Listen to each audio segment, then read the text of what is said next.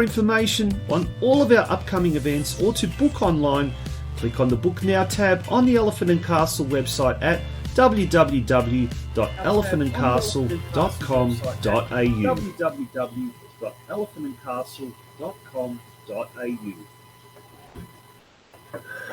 Welcome back to the Geelong Region Soccer Show. It is our last show for this year, and it's an absolute pleasure to oh goodness me, we had him and we've just lost him. We're about to bring on Andy Bernal, ex-Socceroo legend and the author of his latest book, and there it is, Riding Shotgun, the autobiography of the original Wizard of Oz.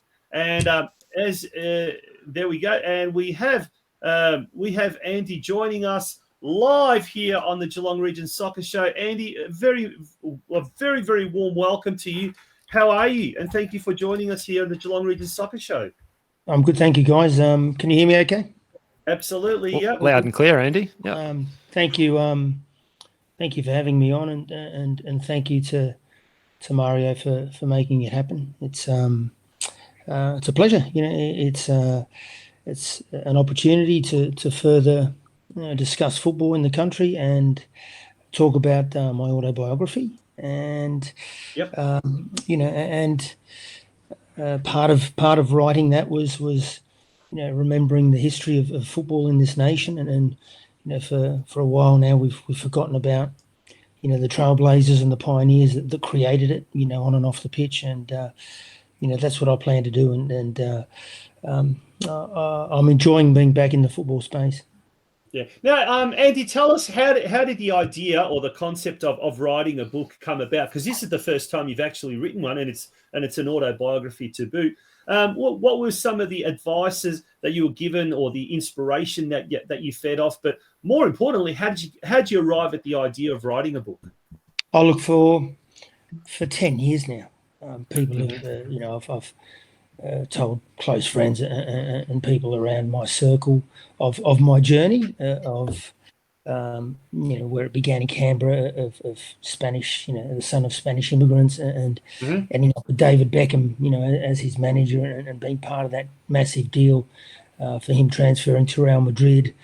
And then after all that, being a victim of the phone hacking scandal, and then, in Britain, and then, following on to, being Gus Hiddings' chief scout for the Socceroos in 2006. So, I've known for a long time that I've lived a movie, I've lived a Netflix series, or whatever series you want to call it. And, that was ever more existent in my mind, the week, probably 24 hours after landing in Madrid. Yeah. And just the chaos and madness of being with Beckham at the time. It was the biggest transfer, and he was, the number one superstar on the planet at the time. And he was married to a Spice Girl, so it was almost like football, the royals of football. And to Real Madrid, and the Galacticos were there, Ronaldo, Roberto Carlos, Zidane, Figo. For me, an amazing time. But hanging with Beckham is also a curse at times, as the book will tell you. And people offer you a lot of money to reveal things, on the family. They hack phones, they surveil you, and it caused some dark times for me as well. But the story is a story of resilience, of not giving up, of fighting big powers, and telling your story and being here and never giving up, and that's what I did. And I've been embraced by the football, the new Football Australia, the Socceroos, the Matildas, the La Liga, the PFA. Everyone's jumped on board and they're endorsing the story. And I really believe the greatest thing, it'll be a source of education for every young kid going forward in football. About a kid that, 1984, 85 became the first Australian to ever play in Spain. Andy, is there a particular moment in your involvement with football that you just pinch yourself and think, wow, that was just the most fantastic thing that I ever got to experience that? Oh, where do I start? I grew up in Canberra, playing for my local team, Belconnen, and I loved football, but I loved rugby league. I wanted to play rugby league. I wanted to be a kangaroo. That was it was a way of fitting into Australia a bit more and not being called a wog all the time, every single day. And, chapter 2 of the book is very, the hardships that a lot of migrants have, and it was written for every migrant. My dad's story is amazing, from crocodile hunting to sugarcane cutting, and it's football was the escape, but a beautiful escape, like it was for many migrants in Melbourne, where you guys in Geelong are from, and on weekends. And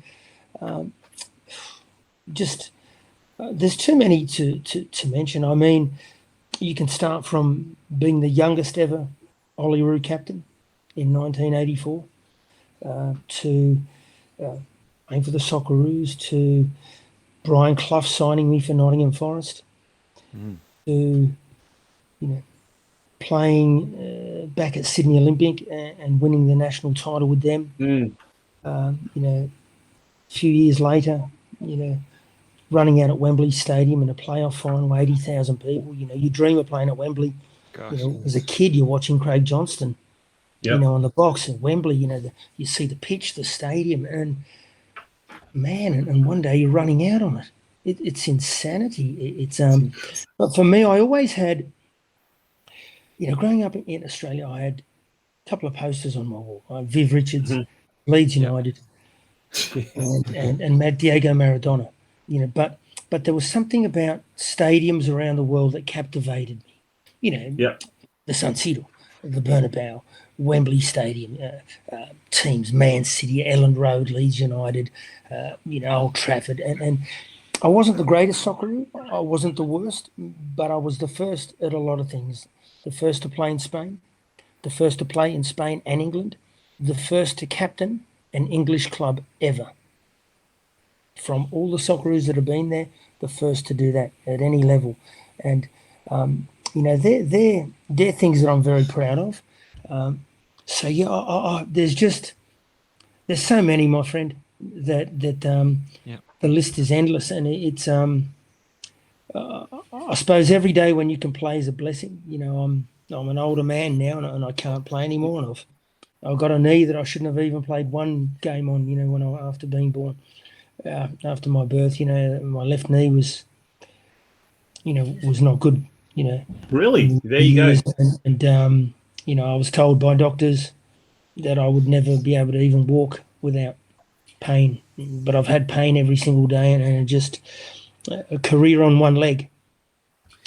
Mate, but there's like I wasn't the greatest or the worst, but I've had some beautiful moments.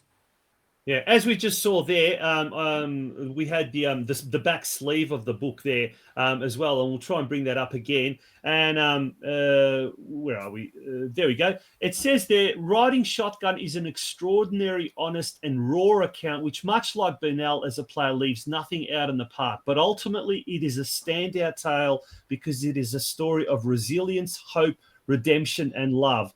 Mate, that's pretty powerful. And kudos to you. But, normally football players get a ghostwriter to write it. In your case, you've written it yourself, which makes it even more extraordinary. Tell us the processes involved in how you sort of started it and how you went about it. And, talking off air, you were telling me how you were getting a little bit of assistance with a few people there in Canberra. Just basically, if there's anyone out there that wants to write a book about either their club or their, a player that they followed, or, we've got a couple of Socceroos, ex-Socceroos here in Geelong as well. Maybe someone might want to be a ghostwriter because, Mario, isn't this one thing? We just don't have enough documented evidence or documented stories of football here in Geelong, and that's something that Roy Hay, illustrated, a couple of weeks ago. Yes, that's correct. It would be fantastic if we could even a documentary on of Geelong football way back from the 50s. Would be great if we had a book like that.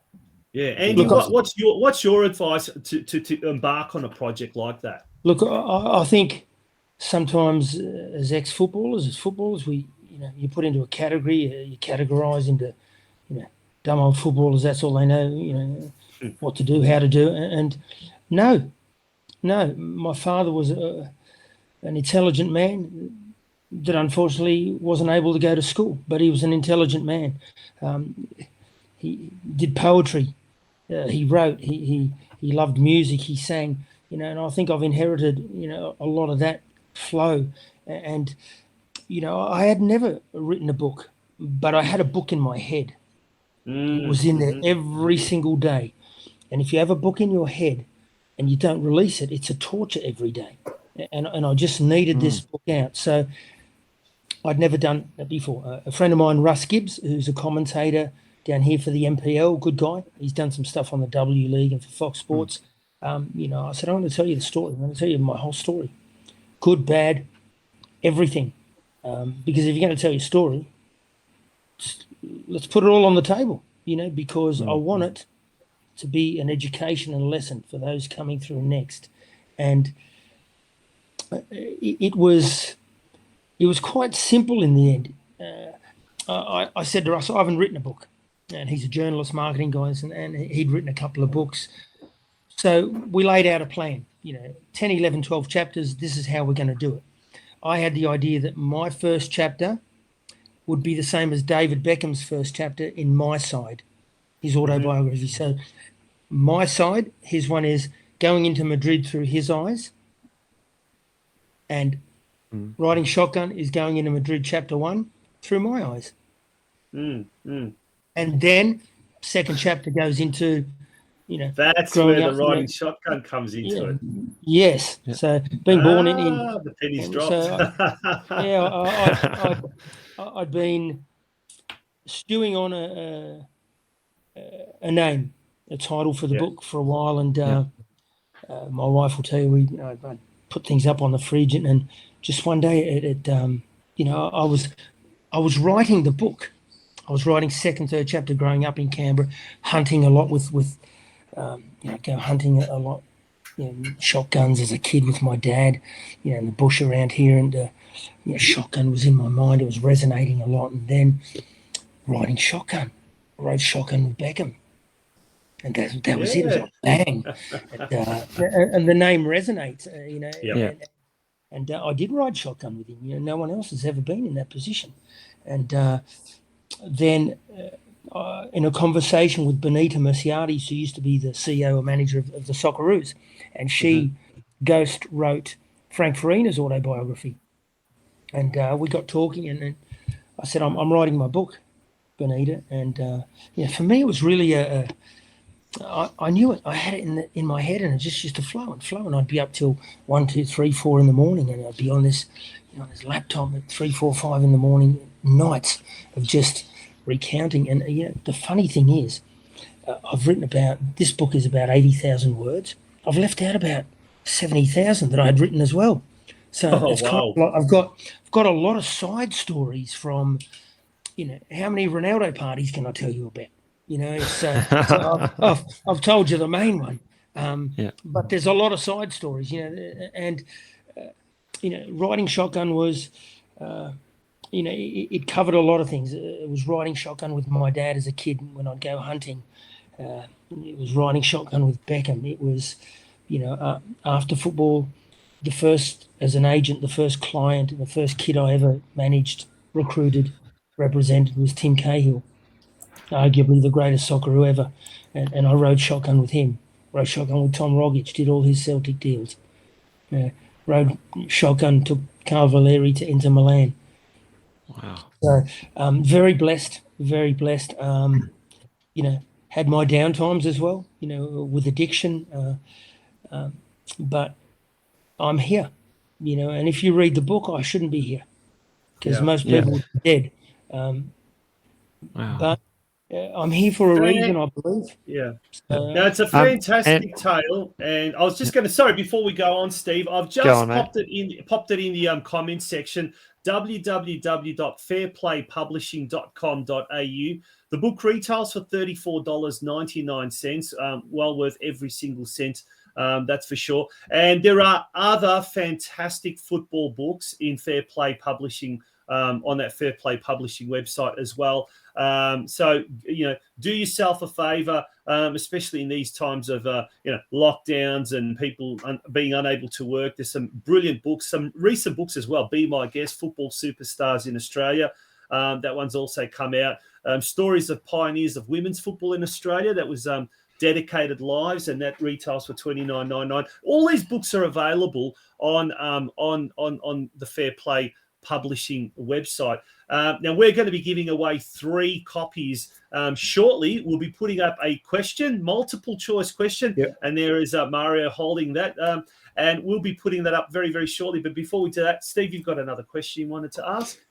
Oh, I've just been dying to ask Andy about the cover art that's been chosen for the front cover there. It looks gritty, edgy, but also colourful and passionate. How did the cover come to be, and who put that together? Okay, it's done by a friend of mine, Christopher Paultoff, and the painting was actually entered in this year's Archibald Prize. We didn't win. Artwork is subjective. And you look at some things that win and some things that don't, and it's subjective, but it was entered in the Archibald Prize. I wanted, it was a photo. The photo was from Tom Rogic's wedding, and I liked that particular look and that particular photo. And then my friend Christopher had done similar portraits of Hugh Hefner, of Conor McGregor, of Floyd Mayweather. Oh, wow. Yeah, some quite illustrious and famous people out there. And I said, can you do one for me, please? And he said, yeah, mate, it'd be an honour. So I've got the original here behind me, which is it's really wow. It's really wow. It's a very special painting. It's probably 6'5", something like that. It's a real beauty, and just a great piece of work, a great piece of art that I'm very proud he did it. I'm blessed. It's going to be on the cover of the Spanish book that I'm. Oh well, just mid sentence there. We've lost those back. So we're doing the Spanish one. It'll be out. I want it around Christmas, and then I'll do a couple of audio ones. Yeah. Are you doing the Spanish one? Is your Spanish fluent enough to do that, or are you getting someone to co-edit it for you? No, I wanted to write the book myself. I wanted to. Brilliant! So I wrote it in English myself, and then of course the editors, they come in and they have an editor that makes sure that all the grammar is correct and things like that. The flow of the book, the sentences, the whole lot is done by me. And absolutely brilliant. Yeah, and then from the Spanish one, I said to Benita, I said, I'm going to translate it. I want to do the whole project. And but I engaged a couple of friends of mine from Sydney, two mad Atletico Madrid fans that have been out in Australia for 5-6 years, and they worked here at the Spanish Embassy. And my cousin, an architect in Santander, he's a professor of grammar or something, linguistics at university in Spain. So I've done the whole translation, and I would say it probably 95% perfect. And I've got those 3 to have a look at it and just correct any grammar or something that I may not be up to scratch with. But the basic translation of the book in the words and the way and the flow that I want it has been done by me. Mate, that is absolutely fantastic. Gents, any last questions for our guest tonight? Mario? Anything you want, guys? I've got a question. Thanks for coming on the show tonight, Andy. And I also started reading the book and just messaged Andy through Instagram, and he replied back, and we had a chat over the phone. So I appreciate that. Thank you. The question I have is, what set you apart back in those days to be able to achieve, that accomplishment to go overseas and play? I mean, as a player, we see in Australia there's tens of thousands of kids trying to make it, and but what set you apart from the others? And be honest in the answer. I think the fighting spirit, the I don't know if it's a Spanish background. We all have fighting spirit. It doesn't matter what background you're from. There was just this burning desire to, we didn't have PlayStations then. We didn't have anything like that. It was just everything was sport. School was athletics, rugby league, football, and this burning desire to play in these stadiums overseas. And what I did do, what my parents did do, is they took me to little athletics. They let me play cricket. So I played every sport. I was a very good cricketer. I was a better rugby league player than footballer. Athletics, Dad would take me around all the national championships, and then 100 metres, 200, 400. You got to be a great athlete to play at top level. You can't, people, have this misconception that, Messi and these guys they just dribble and stuff like that. No, they don't. Yeah. Messi's 20-metre sprint is faster than the ever recorded time at an NFL draft. So you've got to become a fantastic, great athlete. The thing that differentiates playing A-League with Championship in England and then EPL in England, or Serie A or La Liga, is the quality of athlete. I've played, FA Cup matches against Man United and then played against Nottingham Forest or West Ham. A lot of good players of very equal ability at times.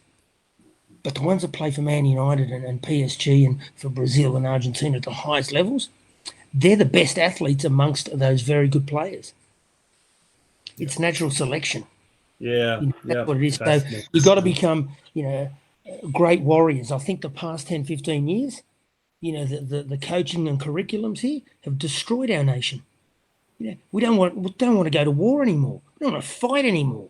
We've the old NSL, and I think I'm not bagging NSL. I'm not bagging either A-League or NSL, but we kind of produced more. It was just kind of we were lucky. I grew up with a lot of migrants in my year.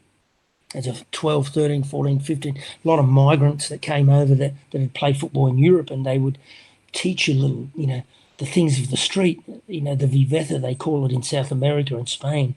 I've recently grabbed a couple of, Australian under-16 international defenders, and I said, this is what I would do, and this is what Sergio Ramos does. And one of them says, that's illegal. Yeah, it is. Don't get caught. Yeah, it's still not illegal if the referee doesn't see it. Do you know what I mean? Have we lost our killer instinct?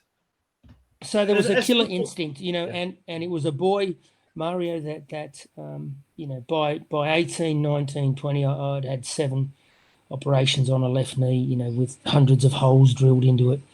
And the only alternative was to play with pain the rest of my life, or weld it, fuse it so that I wouldn't have pain. They put a plastic knee in.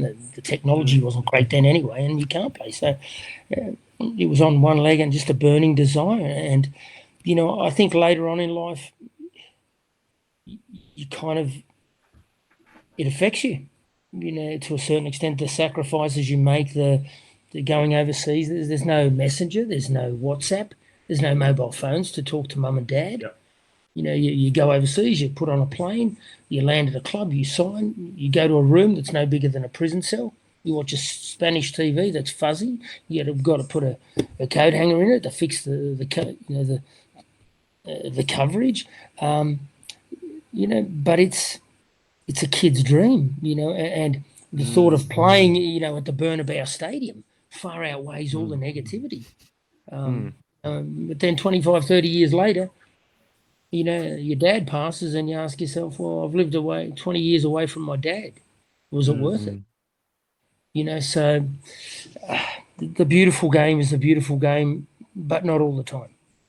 Yeah. Looking back on it, do you regret it? Do you regret all the sacrifices and all the glory and all the fame and No, I wouldn't. I wouldn't swap. Even the bad. I can have a laugh about it now, and